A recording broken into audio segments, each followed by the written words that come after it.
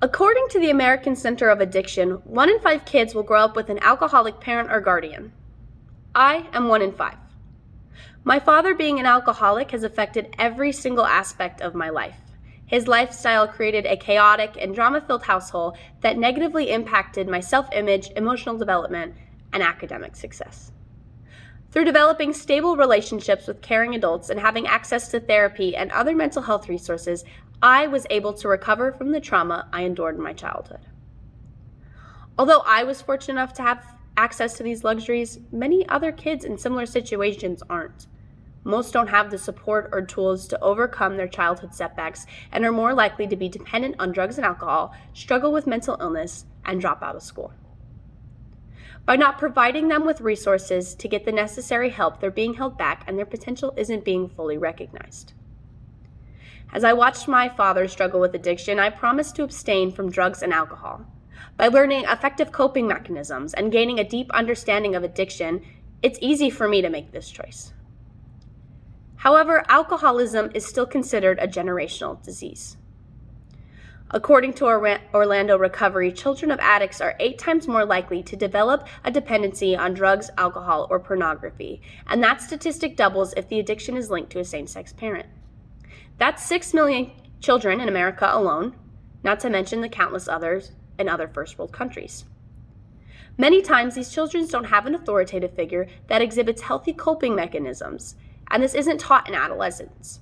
As a way of coping, they turn to drugs and alcohol, making an endless and broken cycle. Providing access to therapies such as cognitive behavioral therapy, psychotherapy, and specific group therapies will help break these cycles and create healthy habits and coping mechanisms, ending a new generation of addicts. Being raised by an addict was the source of a variety of conflicting emotions. These emotions were overwhelming and hard to understand, and they left permanent damage to my self-image, mental health, and emotional development. I managed my feelings through therapy medication, but children and teens who don't have access to these will leave them unaddressed, causing future complications and roadblocks. According to the American Academy of Children and Adolescent Psychiatry, children of addicts are far more likely to struggle with anxiety, depression, and self-esteem issues as adults. The unresolved trauma from their childhood drastically affects their performance in adulthood. These setbacks make them less likely to continue higher education and limits career opportunities. These emotional issues can also cause problems in building and maintaining healthy relationships. Referring back to the American Center of Addiction, they state that children of addicts tend to struggle with trusting others. Our first form of trust is with a parental figure, and when that connection is absent, it can be challenging to build. Going back to the American Center of Addiction, it also goes later on to explain how children of addicts will attach too easily and quickly to people. They often seek love and acceptance and crave attention. The wanting for affection makes them significantly more likely to be a victim of physical and sexual abuse. However, treating these emotional issues in childhood helps create a more prosperous and conflict-free future for an adult. As I grew up, my schoolwork would often reflect my home life.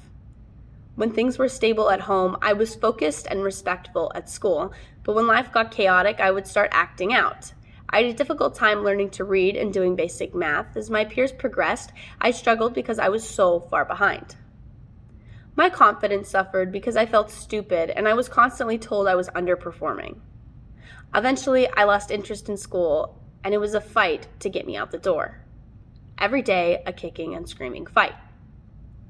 I was surprised to learn that other kids had a similar experience. I discovered that children of alcoholics tend to lack focus and motivation due to their disruptive home life.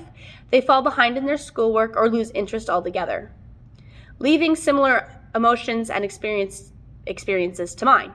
Although, according to the Center of Addiction and Disease Control, children in my situation are 7 times more likely to get suspended, have excessive absences, be truant, and are 2 times more likely to drop out of school than the average person. These children tend to be more impulsive because of what is exemplified in their youth. Repeating the behavior that is demonstrated at home, such as stealing, fighting, lying, they are typically labeled problem kids, and their citizenship suffers. Without support, these kids fall more and more behind. Most won't pursue further education past high school and won't make above minimum wage a majority of their life.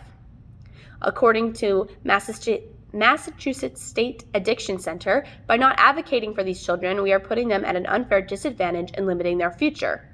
Still, with the support of an attentive and compassionate adult, these children have the potential to thrive in a traditional classroom setting. Giving them access to counselors and mentors could change the whole course of their life and lead to a more promising future. I am incredibly blessed to have a second chance at life. With the help of therapy, medication, and loving, caring adults, I can break the cycle of addiction in my family.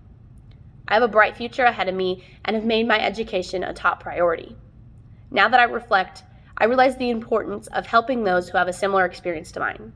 My call to action is for these broken boys and girls to become functional and respectable members of society.